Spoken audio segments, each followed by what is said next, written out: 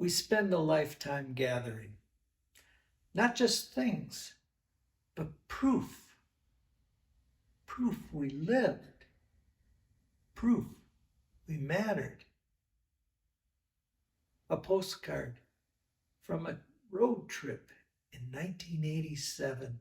The edges curled from years on the bulletin board. Tools that fixed 1,000 things: leaky pipes, loose doors, a kid's bike the night before Christmas morning, your son's drawing taped to the refrigerator that somehow stayed there 20 years longer than anyone expected. These aren't clutter, they're chapters of who we were. Every shelf in that house quietly tells a story. The coffee mug that I started with every morning. The dent on the workbench from a project that went wrong, but somehow worked out anyway. The chair on the back deck where you sat after long days and talked on the phone when that house finally went quiet. And then retirement came. Not all at once. It crept in slowly at first.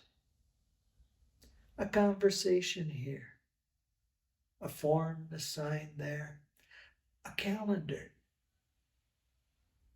that suddenly was empty. And somewhere in the middle of all of it, a new life began whispering my name. Maybe it was the ocean or the mountains. Maybe it was a small town in Mexico where the morning smelled like tortillas and wood smoke. So you decided to go.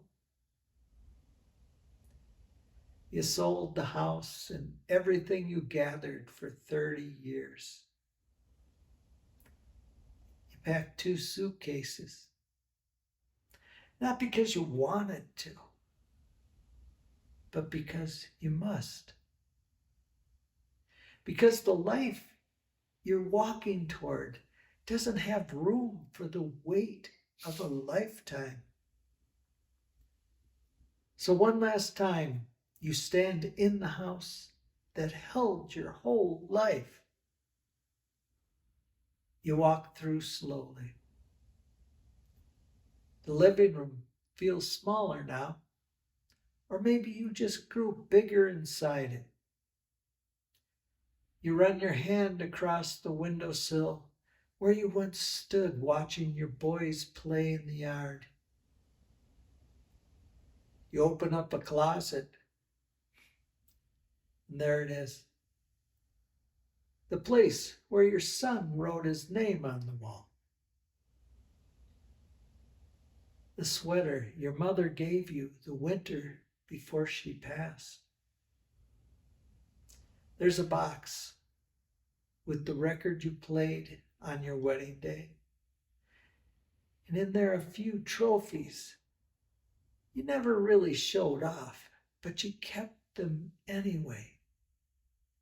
Because every once in a while they whispered, "You did good." And you leave it all behind. Not because they didn't matter, but because you're choosing a different kind of mattering.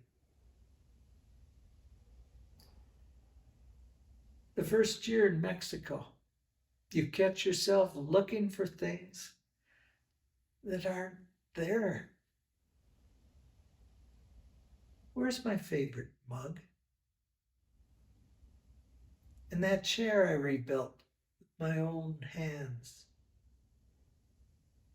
and those books that answered my questions for 40 years. And sometimes when the afternoons gets quiet, a wave of grief sneaks in. Not for the objects, but for the you that lived among them.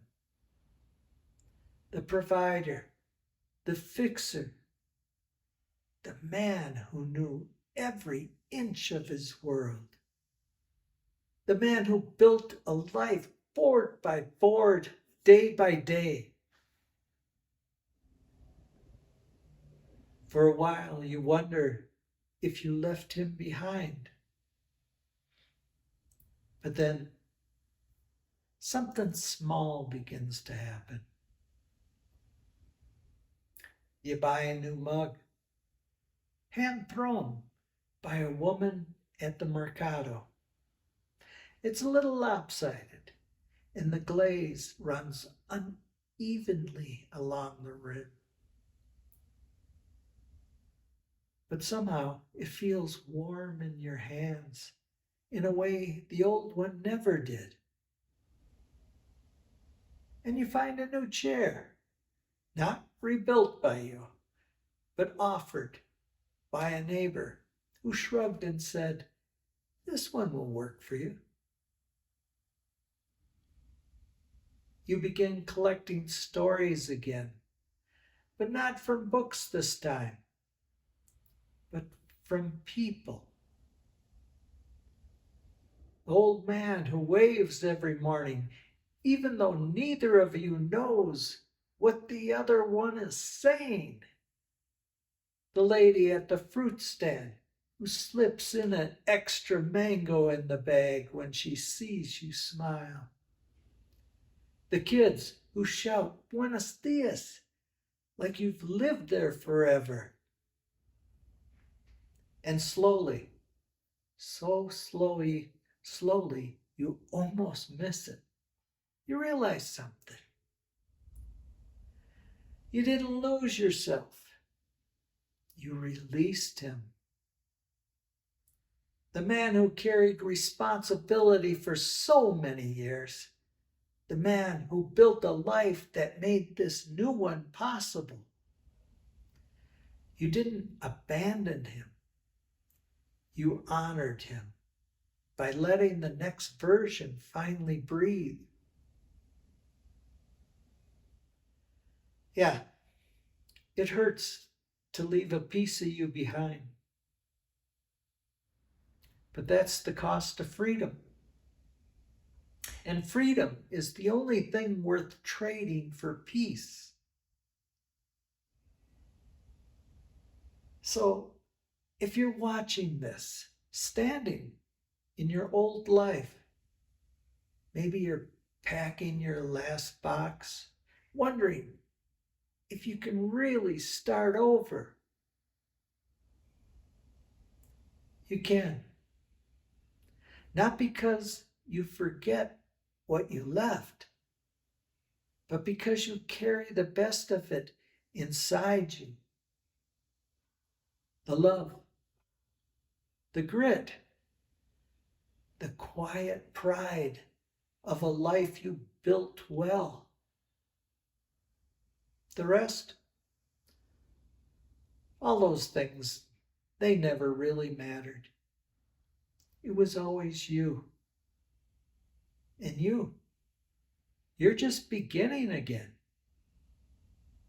You don't lose yourself when you start over. You finally find the part that was waiting to be free.